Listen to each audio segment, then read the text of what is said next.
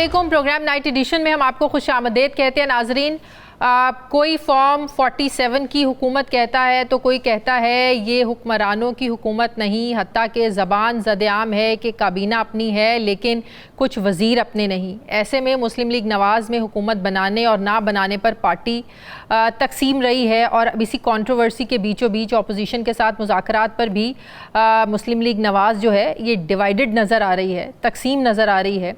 Opposition के साथ dialogue पर ये इख्तलाफ महज पार्टी इजलासों तक महदूद नहीं है बल्कि मीडिया स्क्रीन्स पर भी हम देख रहे हैं इख्तलाफ खुलकर सामने आ रहा है। नून लीग के अंदर एक ग्रुप तहरीक इंसाफ से मुज़ाकरात का हामी है जबकि दूसरा मुखालिफ है। एक ग्रुप का ख्याल है कि जब तक 9 मई के वाक़यात पर हिसाब किताब नहीं हो जाता, PTI माफ़ी नहीं मांग लेती, उनके साथ मुज़ाकरात नहीं हो सकते, ना होने चाहिए।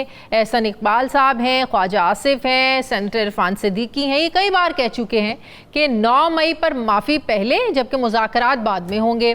जबकि दूसरा ग्रुप ये कहता है कि PTI से गैर मशरूत बातचीत होनी चाहिए। बानी PTI नहीं तो ना सही, मगर PTI के अंदर तहम्मुल मिजाज लोगों से सियासी राब्तों में कोई हर्ज नहीं है। राना सनाउल्लाह अभी पिछले दिनों उन्होंने कहा कि PTI से मुज़ाकरात में नवाज शरीफ नहीं बल्कि इमरान खान रुकावट हैं, जबकि PTI तो पहले ही मैंडेट चोरी का इल्ज़ाम लगाकर नून लीग, पीपल्स पार्टी और MQM से मुज़ाकरात से इनकारी है। उन्होंने सियासी जमातों से मुज़ाकरात का जो इख्तियार है ये महमूद अचकज़ई को दे रखा है।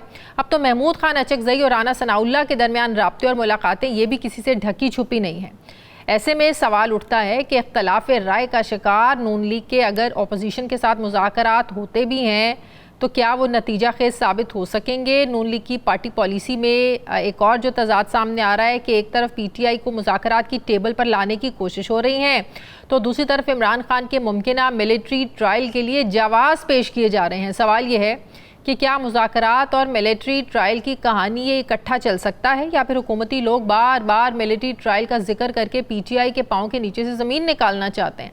दूसरी तरफ शहर इक़्तिदार में अदलिया के हवाले से अहम कानून साजी का शोर है। ख़बरें आ रही हैं कि हुकूमत ने मौलाना फजल रहमान को अपने साथ मिलाने के लिए हुकूमती ओहदे भी ऑफ़र किए हैं, जिसमें खैबर पख्तूनख्वा की गवर्नरशिप, विफाक में 4 वजारतें और बलूचिस्तान हुकूमत में भी हिस्सा शामिल हैं। अब इसे इत्तफाक कहें या सदर जरदारी और वज़ीर आज़म की मुलाकातों का असर कहें, मौलाना साहब ने हुकूमत का साथ देने की हामी तो अभी तक नहीं भरी मगर ताउन का इशारा ज़रूर दिया है कि फॉर्म 45 की हुकूमत हो या 47 की हुकूमत तो अब यही चलेगी।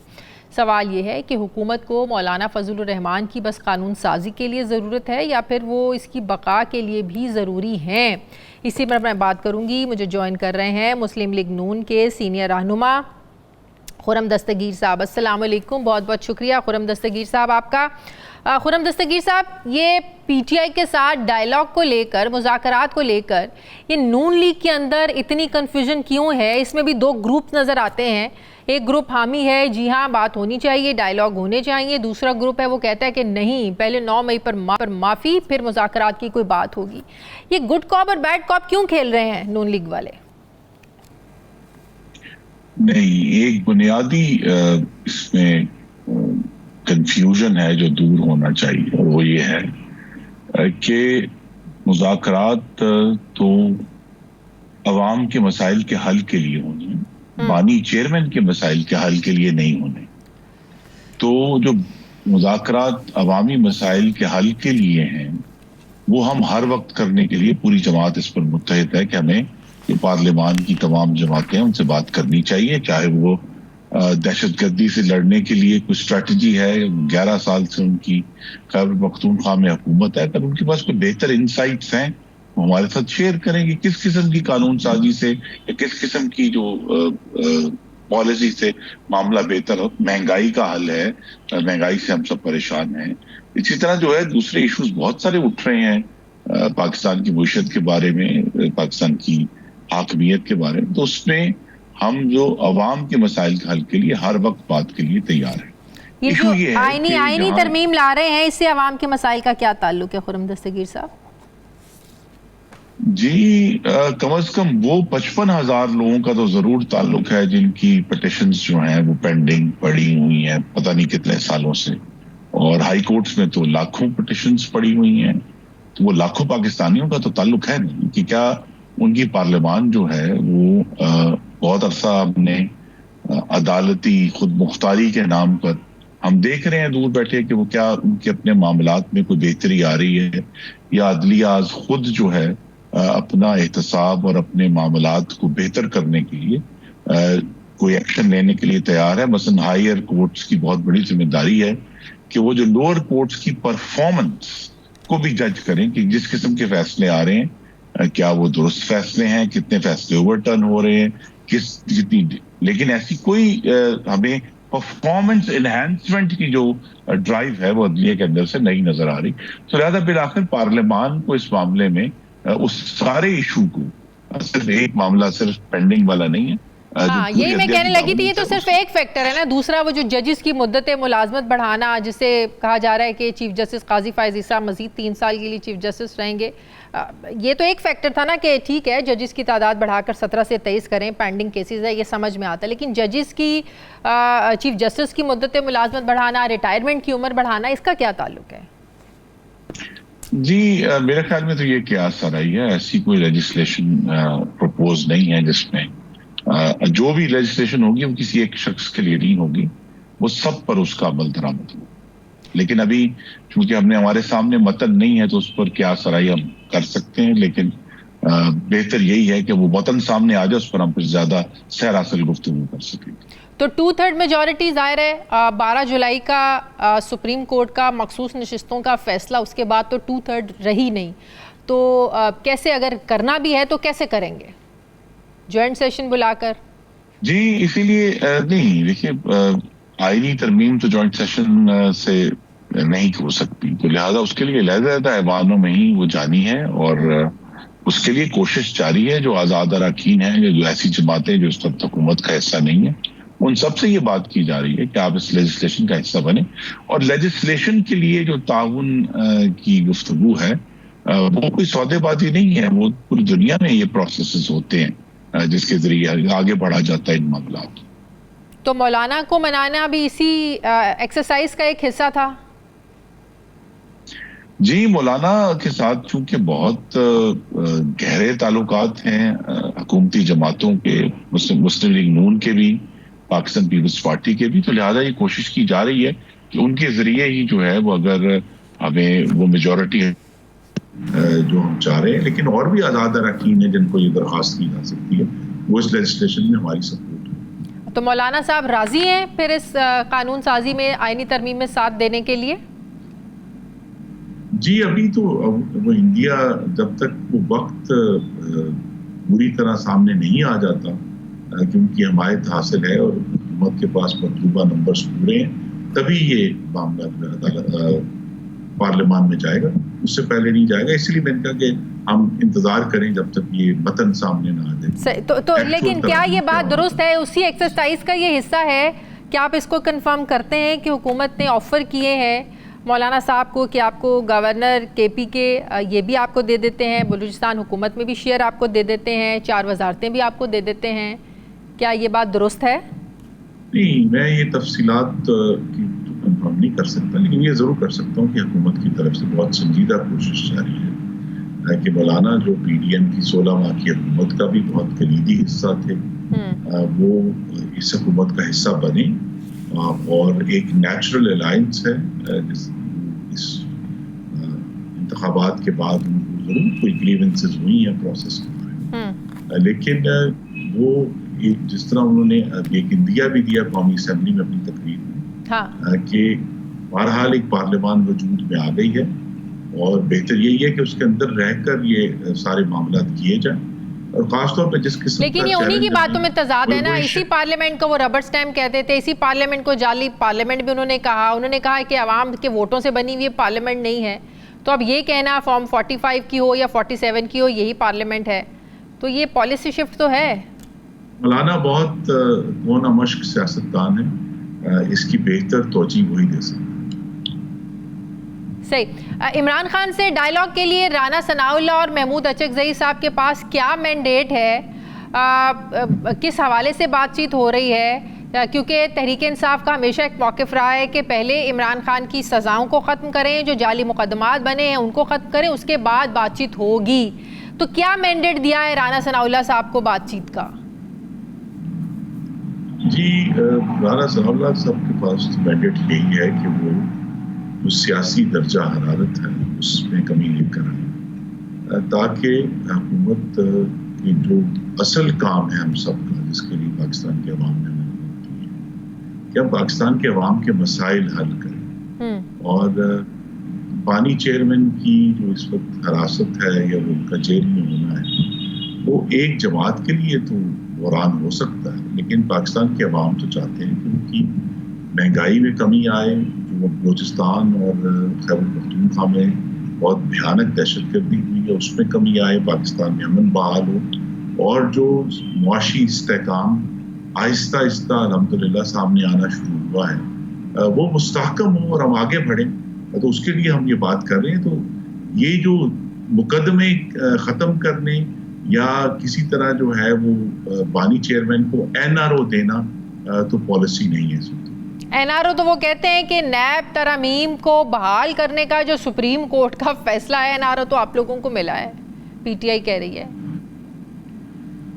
जी, लेकिन फिर तो तारीख की संगीनी पर इंसान हंस ही सकता है कि नैब तरमीम के बहाल होने के बाद, आपको भी इसकी नॉलेज होगा, सबसे पहली दरखास्त पानी चेयरमैन के वकीला ने फाइल।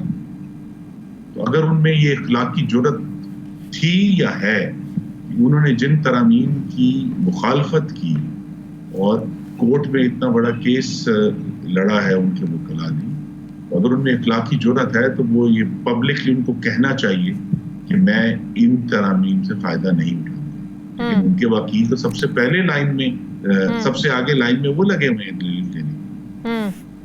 लेकिन वो उन्होंने अखलाकी जुर्रत की थी, तो हालांकि उन्हें तब भी पता चल रहा था कि अगर ये अमेंडमेंट होती हैं तो उसका ज़ाहिर है उन्हीं को फ़ायदा होगा, लेकिन उसके बावजूद उन्होंने उन अमेंडमेंट्स को चैलेंज किया नैब तरामीम को।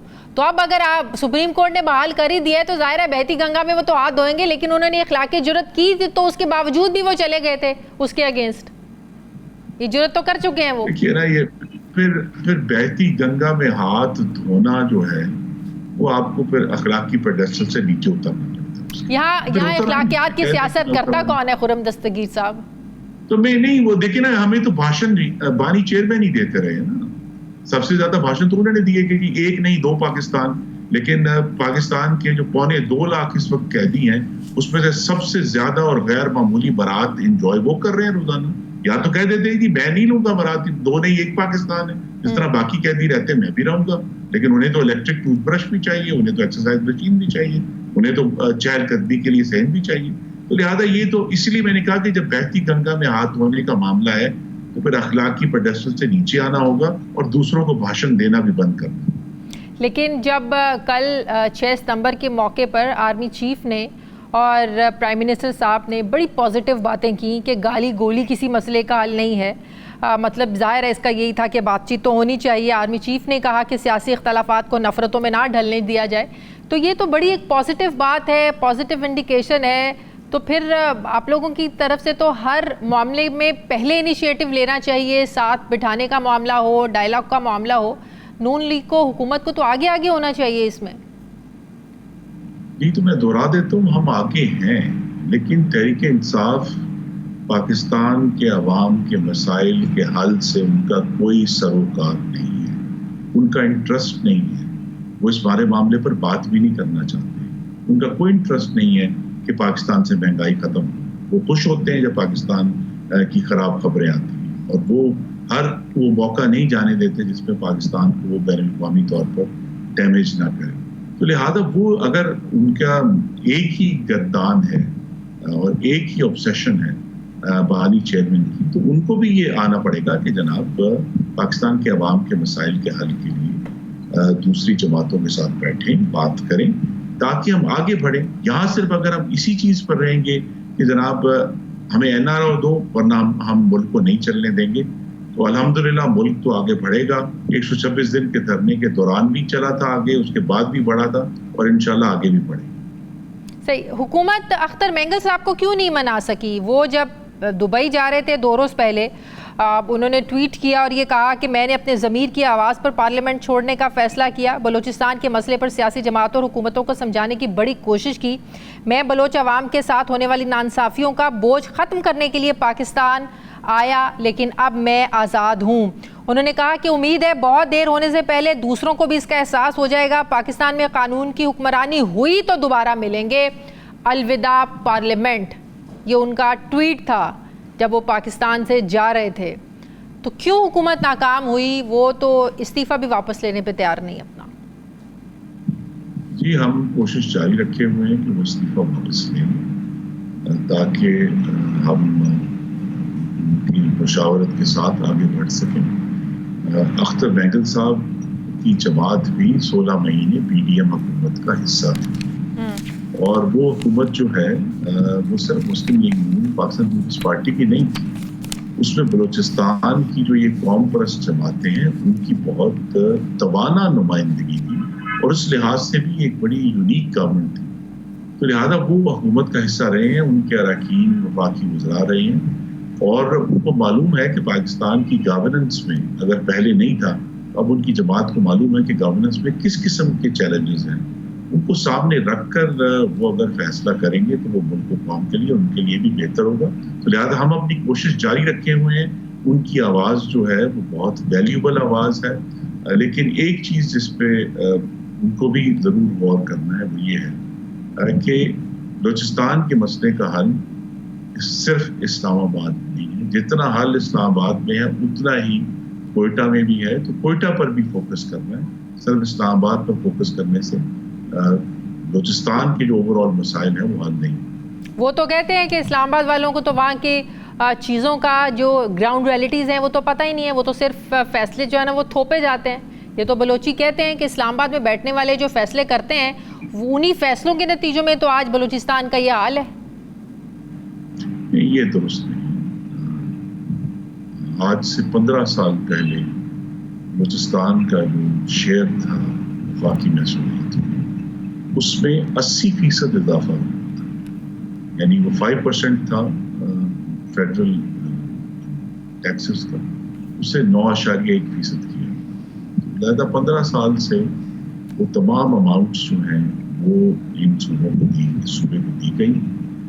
इशू सिर्फ ये है कि इस्लामाबाद से तो वसाइल कोयटा जाते हैं, कोयटा से आगे नीचे ट्रांसफर नहीं, और उसकी वजूहात जो हैं वो अगर उसमें वफाक किसी तरह मदद कर सकता है, महंगल साहब को ज़रूर इस पर वो देखिए बेसिक पर्सन का इशू बड़े इस्तकलाल से उठा रहे हैं बहुत सालों से, लेकिन हमें ये भी समझाइए कि इस्लामाबाद से या पंजाब से या सिंध से कोई जाकर क्यों ये बताए कि बलूचिस्तान को कैसे चलाना। बलूचिस्तान के रहने वाले बलोच कौम भी और पश्तून भी वहाँ बहुत बड़ी तादाद में है, तो मिलकर ये फैसला करें कि हमें अपना सूबा कैसे चलाना है। मैं उनको बारगाह आप लाहौर से जाकर क्यों बताएं उनको कि कौन से तरीक़ेकार बेहतर है, लेकिन ये अभी चैलेंज जो है हम सब ने मिलकर हल करना है और उस हल का हिस्सा है महंगल साहब। ठीक है, आखिरी सवाल, PTI को कल के जलसे के लिए NOC तो जारी हो गया, लेकिन शराइत के साथ, वो मिसाल है ना दूध भी देना है तो महंगे डाल के, मतलब कि इतनी खौफजदा क्यों है हुकूमत इंतज़ामिया कि अगर PTI चले एक बड़ा जलसा कर लेगी, हुकूमत को क्या फ़र्क पड़ेगा इससे?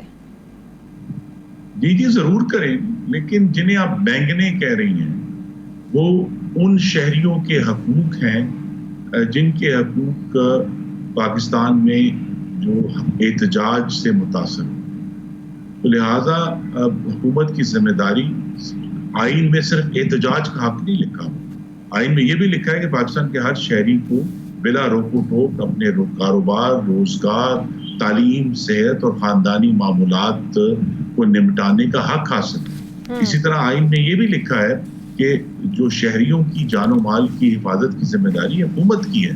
तो अगर बन्नू के वाक़े के बाद हुकूमत इस पर गौर करती है कि हमें इस तरीके से जलसा करना है कि दूसरे शहरियों की जिंदगियां मुतासर भी ना हो और एक ऐसी जगह हो जो महफूज, जिसे महफूज करने में आसानी हो, इन्हें मेंगनिया नहीं कहेंगे। ये पाकिस्तान की हुकूमत अपना आईनी फरीजा अदा करे। ठीक है, बहुत बहुत शुक्रिया।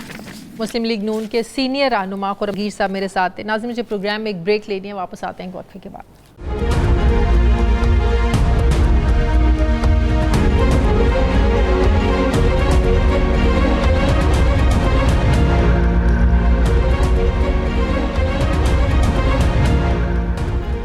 के बाद एक बार फिर से आपको खुशामदीद कहते हैं। नाजरीन, मैं बात करूंगी साबिक वफाकी वजीर तहरीक इंसाफ के साबिक रहनुमा फवाद चौधरी साहब मेरे साथ मौजूद हैं। अस्सलाम वालेकुम, बहुत बहुत शुक्रिया फवाद, आपने वक्त दिया। फवाद, कल शहबाज शरीफ साहब ने कहा गाली गोली किसी मसले का हल नहीं है, मतलब यह है कि बातचीत होनी चाहिए। आर्मी चीफ साहब ने कहा कि सियासी इख्तलाफात को नफरतों में ना ढलने दें। ये सारे पॉजिटिव इंडिकेशंस क्या इशारा कर रहे हैं? इस वक्त अगर आप देखें तो दो पॉलिसीज जो हैं वो इकट्ठी चल रही हैं। एक पॉलिसी ये चल रही है कि किसी तरीके से जस्टिस मंसूर अली शाह साहब को रोकना है चीफ जस्टिस बनने से, और उसके लिए नंबर्स पूरे करने की पूरी कोशिश और सही हो रही है। इलेक्शन कमीशन ने आप देखें कि किस तरह से रिकाउंट करके लोग जो है उनको जितवाया गया। खुद फायज ईसा साहब ने ये मौका फराहम किया, 3-4 सीटें दे दी गई। उसके बाद मुसलसल पीटीआई के जो 40 लोग हैं उनका नोटिफिकेशन नहीं किया गया। तो एक पूरी तहरीक चल रही है, लोगों को अगवा किया गया, उनको तशद्दुद किया गया, और उसका मकसद ये था कि लोगों को मजबूर किया जाए कि वो इस कॉन्स्टिट्यूशनल अमेंडमेंट के हक में वोट करें। अब जो सुनने में आ रहा है वो ये आ रहा है कि 20 और 30 सितंबर के दरमियान ये कॉन्स्टिट्यूशनल अमेंडमेंट गवर्नमेंट लाना चाहती है। अगर तो, और उस अमेंडमेंट में क्या है, उस अमेंडमेंट में दो बातें कही जा रही हैं। एक तो ये कि आप फायज ईसा साहब समेत तमाम जजेस की जो रिटायरमेंट है उसमें 3 साल का इजाफा करना चाहते हैं। दूसरी जो है वो ये है कि अगर वो ना हो सके तो फिर हम चौथे और 5वें नंबर का जो जज है उनको हम चीफ जस्टिस जो है वो बना सकें। और फिर सबसे जो खतरनाक है वो ये है कि जो हाई कोर्ट के जजेस की ट्रांसफर पावर्स है वो हुकूमत क्रिएट करना चाहती है, ताकि इस्लामाबाद हाई कोर्ट के जो जजेस हैं और लाहौर हाई कोर्ट में जो तगड़े जजेस हैं, जो पेशावर में तगड़े जजेस हैं, इनकी कमर तोड़ी जा सके और इनको डिफरेंट जगहों के ऊपर प्लेस किया जा सके ताकि हाई कोर्ट को चैलेंज। इस सब के लिए मौलाना का साथ बड़ा इंपॉर्टेंट है। अब पिछले 2 हफ्ते से जो बड़ी भाग दौड़े लगी हुई थी, कभी जरदारी साहब प्रेसिडेंट साहब जा रहे थे मिलने के लिए मौलाना साहब से, पिछले हफ्ते शहबाज शरीफ साहब उनके पास चल के गए। मौलाना क्या आपको लगता है साथ देंगे? ऑल्दो वो इंदिया दे चुके हैं कि हुकूमत भले फॉर्म 45 की है, 47 की, यही हुकूमत है, इन्हीं के साथ चलना है। तो आपको लग रहा है ये जो पैंतरे बदल रहे हैं मौलाना साहब, उनकी जो एक स्ट्रैटेजी बदलती हुई नजर आ रही है, वो देंगे साथ इस अमेंडमेंट का? अभी मौलाना से जो मेरी जेयूआई के लोगों से जो बात हुई है, उनका तो मानना यही है कि सवाल ही पैदा नहीं होता कि मौलाना इस कॉन्स्टिट्यूशन अमेंडमेंट के ऊपर वोट करें। और अगर वो वोट करेंगे तो जिस तरह मौलाना ने कल खुद कहा कि वो सियासी खुदकुशी होगी, तो आसान फैसला नहीं है जेयूआई के लिए इसको वोट करना। और कामरान मुर्तजा जो इस वक्त सियासी ये जो जुडिशल मामलात हैं, लीगल मामलात हैं, जेयूआई के वो देखते हैं, वो कैटेगोरिकल हैं कि वो इस तरह की कोई अमेंडमेंट जो है उसको वोट नहीं करेंगे। तो ये बड़ी अहम है इस वक्त एक पेशरफ्त। अगर वो मौलाना ने वोट ना दिए फिर सेनेट में फर्क ज्यादा हो जाता है, फिर मुश्किल हो जाता है ये अमेंडमेंट पास करना। तो इस वक्त एक तो भरपूर तरीके से एस्टैब्लिशमेंट और एक हुकूमत लगी हुई है ये कॉन्स्टिट्यूशनल अमेंडमेंट लाने में, और इसके लिए वो पूरी कोशिश कर रहे हैं। दूसरा हिस्सा जो इसका है वो डेफिनेटली ये है कि नवाज शरीफ साहब की तरफ से एक ऑलिव ब्रांच 12 ऑफर की गई है महमूद अचकज़ई साहब को, और राना सनाउल्लाह जो है वो उस एफर्ट को लीड कर रहे हैं। साथ ही एहसन इकबाल और जो ख्वाजा आसिफ है उनको कहा गया है कि आप इसको अपोज करें। तो ये तो एक ठीक है, एक बफर क्रिएट हुआ है। मतलब ये गुड कॉप बैड कॉप खेल रहे हैं कि कल को अगर मुज़ाकरात कामयाब नहीं भी होते हैं तो हम कहेंगे हमने तो करने ही नहीं थे। तो एक ग्रुप कह रहा है कि बात करनी है, दूसरा ग्रुप कह रहा है कि नहीं करनी है। Good cop and bad cop आपको लग रहा है खेल रहे हैं? बिल्कुल ऐसा ही हो रहा है, और उसके नतीजे में इस वक्त जो सिचुएशन है वो दूसरी तरफ भी ऐसा ही है। इमरान खान भी कहते हैं मैं बिल्कुल बात नहीं करूंगा और ये मैंडेट चोरी किया है इन्होंने, ब्ला ब्ला, और साथ ही वो महमूद अचकज़ई साहब को उन्होंने कहा है कि आप बात भी करें। तो दोनों तरफ से एक शार्प पॉलिटिक्स जो है वो भी हो रही है। या फिर वो अगर माइनस इमरान खान में फंसे हुए हैं तो फिर तो देखें हम आपको कुछ नहीं कर सकते ना, फिर तो जाहिर है एस्टेब्लिशमेंट तो अपने आप को डिस्टेंस कर रही है ना। डीजीआईएसपीआर ने भी कहा कि हमारा सियासत से कोई ताल्लुक नहीं, हमारी कोई इंटरफेरेंस नहीं। ये बयान जो आए हैं दोनों, ये तो ना सिर्फ एक बयान डीजीआईएसपीआर का बल्कि कल आर्मी चीफ ने जो बात कही, और उन्होंने कहा कि सियासी इख्तलाफात को जो है वो हमें इतनी उसको ज़ाती इख्तलाफात में ना बदल दें और उसको उसमें कमी जो है वो लानी चाहिए। ये दोनों स्टेटमेंट बहुत ही मुस्बत थी, और खुसूसन आर्मी चीफ का जो बयान था वो बड़ा, मैं समझता हूँ कि हासिल कलाम था। लेकिन जिस तरह इमरान खान ने कहा है और शाह महमूद कुरैशी साहब ने भी आज ये बात कही है कि असल देखिए test of pudding is in its testing. अब अगर वो एक्शन से भी ये साबित हो जाए कि फौज जो है उसने तलखियों में कमी लाने का फैसला किया है और उनके लिए तमाम सियासी जमातें बराबर हैं, तो ये पाकिस्तान के लिए बहुत लैंडमार्क मूवमेंट होगी और फिर इससे फायदा उठाने की जरूरत है सभी को।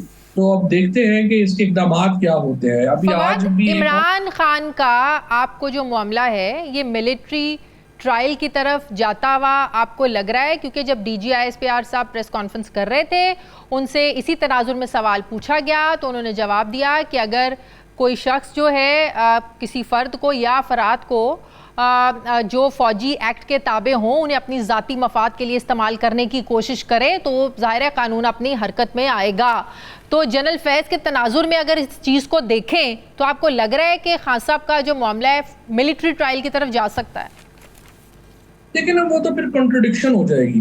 अगर आप इमरान खान को भेजेंगे, पहली बात तो ये है कि डिटेल में अगर आप देखें, आप कुलभूषण यादव को भी आप मिलिट्री ट्रायल नहीं कर सके थे क्योंकि इंटरनेशनल कोर्ट ने उसको इलीगल डिक्लेयर कर दिया। तो इमरान खान के ऊपर तो एक बहुत बड़ा इंटरनेशनल जो आई वुड से स्टिग्मा आ जाएगा पाकिस्तान के ऊपर और उसको कैरी ऑन करना, स्पेशली कि जब आपका IMF प्रोग्राम एक बिल्कुल धागे से लटका हुआ है, बड़ा मुश्किल होगा और फायदा भी कोई नहीं है। इमरान खान को अगर सजा दे देंगे या पहले दे दी है, ये वही फॉर्मूला है जिसमें लोग पहले बताते थे कि जी ये इलेक्शन से पहले जब अगर इमरान खान को 2-3 सजाएं होगी ना तो फिर इलेक्शन जो है इमरान खान का तबाह हो जाएगा, वो उल्टा पड़ गया। अब आप मिलिट्री को ले जाके इमरान खान के कद में और इजाफा करेंगे, पॉलिटिकली तो इसका बिल्कुल भी कोई फायदा नहीं है और एक ऐसा स्टिग्मा आ जाएगा नॉन लीगल पीपल्स पार्टी की हुकूमतों पे कि वो सारी उम्र फिर उसी को ही जो है वो डिफेंड करती रहेंगी। दूसरी तरफ जो है ये मैं समझता हूँ कि जो खुद स्टेटमेंट्स दी हैं आर्मी चीफ ने और DGISPR ने कि वो पार्टी नहीं है और वो तलखियां कम चाहते हैं, ये तो फिर उसकी कंट्रडिक्शन होगी। सही। फवाद, आपने इमरान खान से मिलने की कोशिश की, मिलने नहीं दिया जा रहा या अभी आप मिलना नहीं चाह रहे, अभी हालात को देख रहे हैं? नहीं जी नहीं, मैं तो बिल्कुल हाजिर हूँ, मिलना चाह रहा हूँ, बिल्कुल मिलना चाह रहा हूँ, लेकिन देखिए ना वो जाहिर है जब इमरान खान बुलाएंगे तो मैं जा सकता हूँ। पहले भी उन्होंने बुलाया था तो मैं गया, मैंने कहा था कि बिल्कुल मैं हाजिर हूँ और अब भी जब भी वो बुलाएंगे तो मैं जरूर मिलूंगा। इमरान खान पाकिस्तान के 22 करोड़ लोगों की सॉवरेनिटी को इस वक्त रिप्रेजेंट करते हैं। कल का जलसा आपको क्या लगता है क्या इम्पैक्ट डाल सकता है अगर हो जाता है? अगर हो जाता है जलसा तो हो जाएगा, जलसा होने में तो कोई प्रॉब्लम नहीं है। इम्पैक्ट जब लोग आएंगे, बहुत बड़ी तादाद में लोग जमा होते हैं, लेकिन ना जलसे असूली तौर के ऊपर तो शाजिया क्या प्रॉब्लम है? क्यों हुकूमत इतना पैनिक करती है जलसे रोकने में? इसलिए पैनिक करती है कि हुकूमत एक्चुअली आई हुई है फॉर्म 47 के ऊपर। इनको लगता है कि पॉलिटिक्स बहाल होगी तो हम तो फारग हो जाएंगे, तो उसकी वजह से ये एक तासुर देना चाहते हैं कि हम बिल्कुल वर्जन और उसमें कमी नहीं लाना चाहते। तो वो जब तासुर हो जाता है कि कमी आ गई है तो फिर उससे मामला खराब हो जाता है, अदरवाइज तो जलसे परमिशन में क्या प्रॉब्लम। सही। बहुत शुक्रिया साबिक वफाकी वज़ीर चौधरी साहब मेरे साथ थे, बहुत शुक्रिया आपका। मुझे ब्रेक लेनी है नाज़रीन, वापस आते हैं वक्फे के बाद।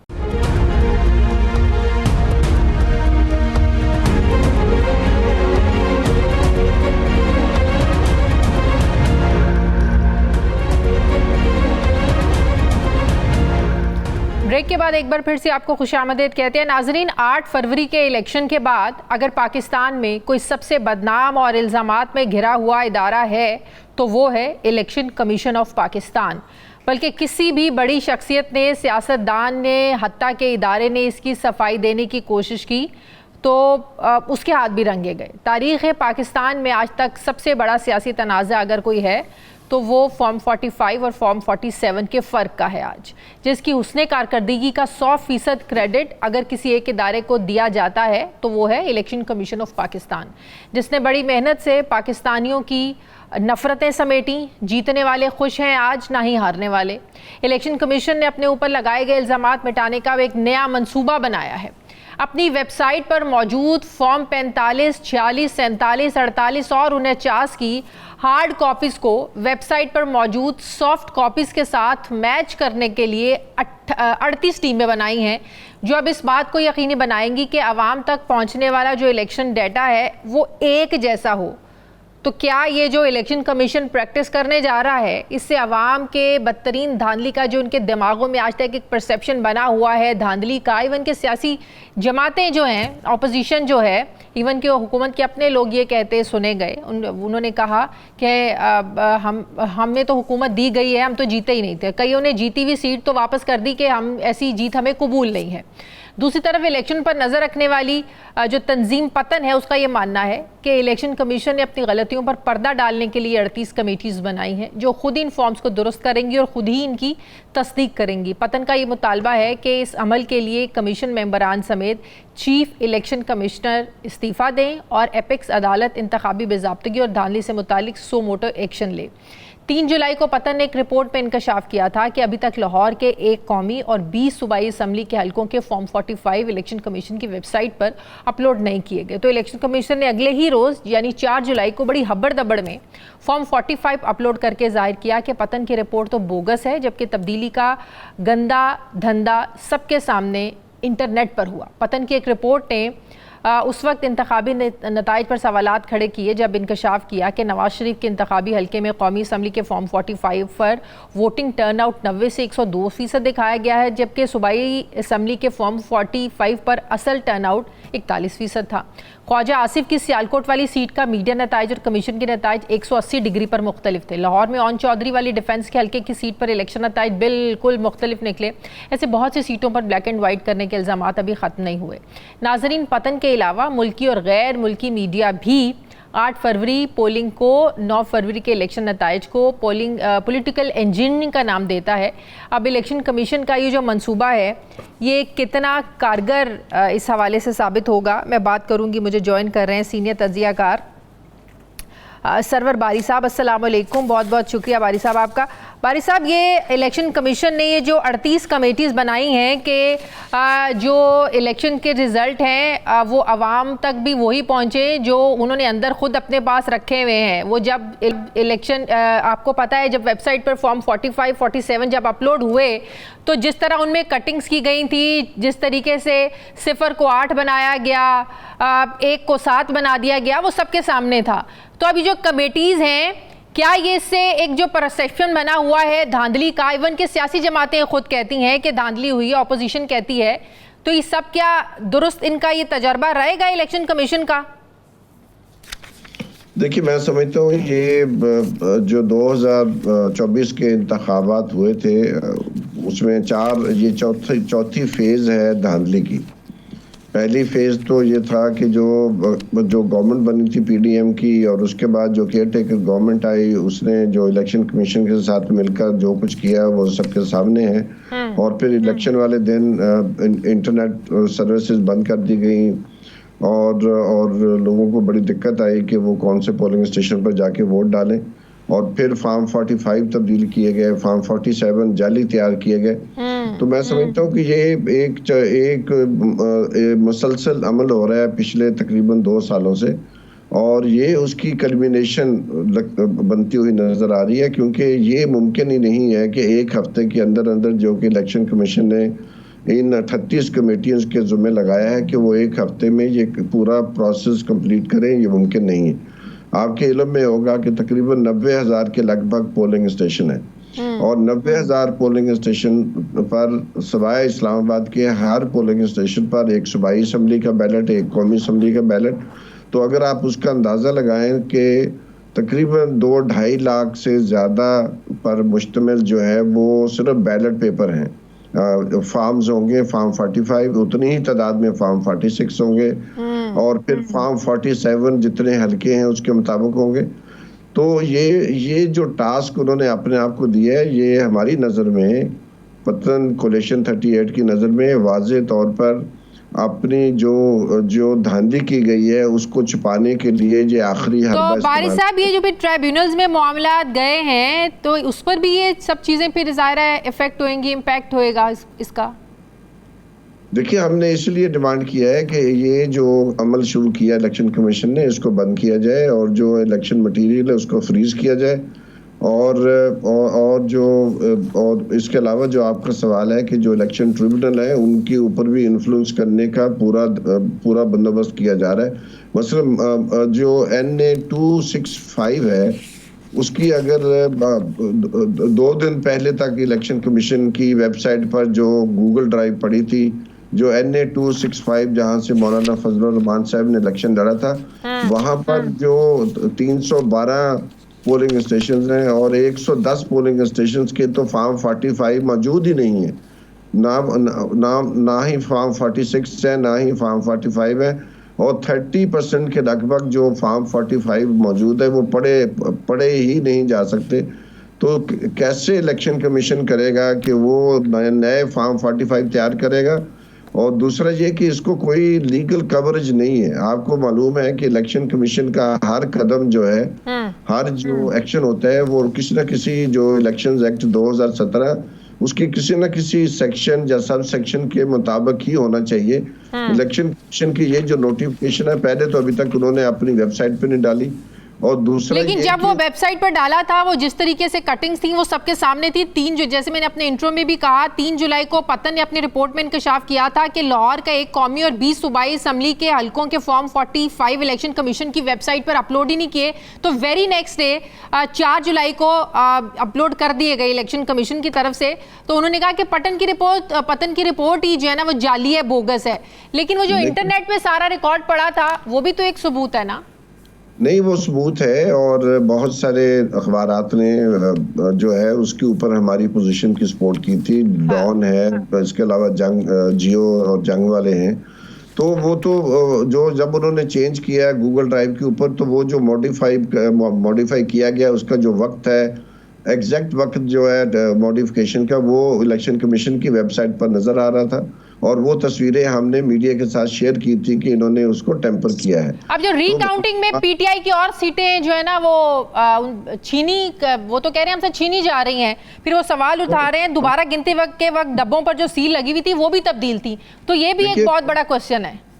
नहीं, हमारी पहली बात तो जो मैं आपसे बात कर रहा था कि जो NA 265 है उसके 110 फॉर्म 45 नहीं है, फॉर्म 46 नहीं, तो इलेक्शन कमीशन वो फॉर्म कहाँ से लेके आएगा? अगर ये 7 माह से उनके पास ये फॉर्म नहीं है और एक छोटे से अदारे को उनकी तवज्जो मबजूल करवानी पड़ती है, और पिछले हफ्ते ही हमने ये रिपोर्ट निकाली थी कि ये इतना बड़ा प्रॉब्लम है जो NA 265 में, फिर NA 127 में, और इसके अलावा NA 242 में जो मुस्तफा कमाल साहब का हल्का है, इस कदर ज़्यादा धांधली है, इस कदर ज़्यादा टेम्परिंग है इलेक्शन मटेरियल के ऊपर। तो मेरा अपना ख्याल है कि इलेक्शन ट्रिब्यूनल्स में ज़ाहिर अब वो उनकी कार्रवाई शुरू हो सकती है अनकरीब।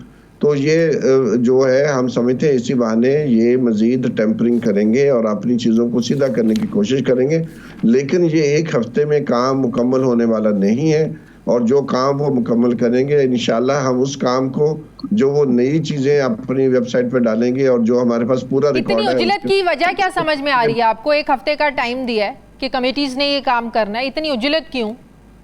इतनी उजलत हमारी नज़र में ये है कि वो जो आइन में कुछ अमेंडमेंट्स करना चाहते हैं उसके लिए ज़रूरी है कि जल्दी जल्दी ये सारा काम किया जाए, और बहुत सारे लोगों को जो इस वक्त डिक्लेयर्ड हैं, वो MNAs डिक्लेयर्ड हो चुके हैं, उनको साबित किया जाए कि ये तो इलेक्शन असल में हार गए थे।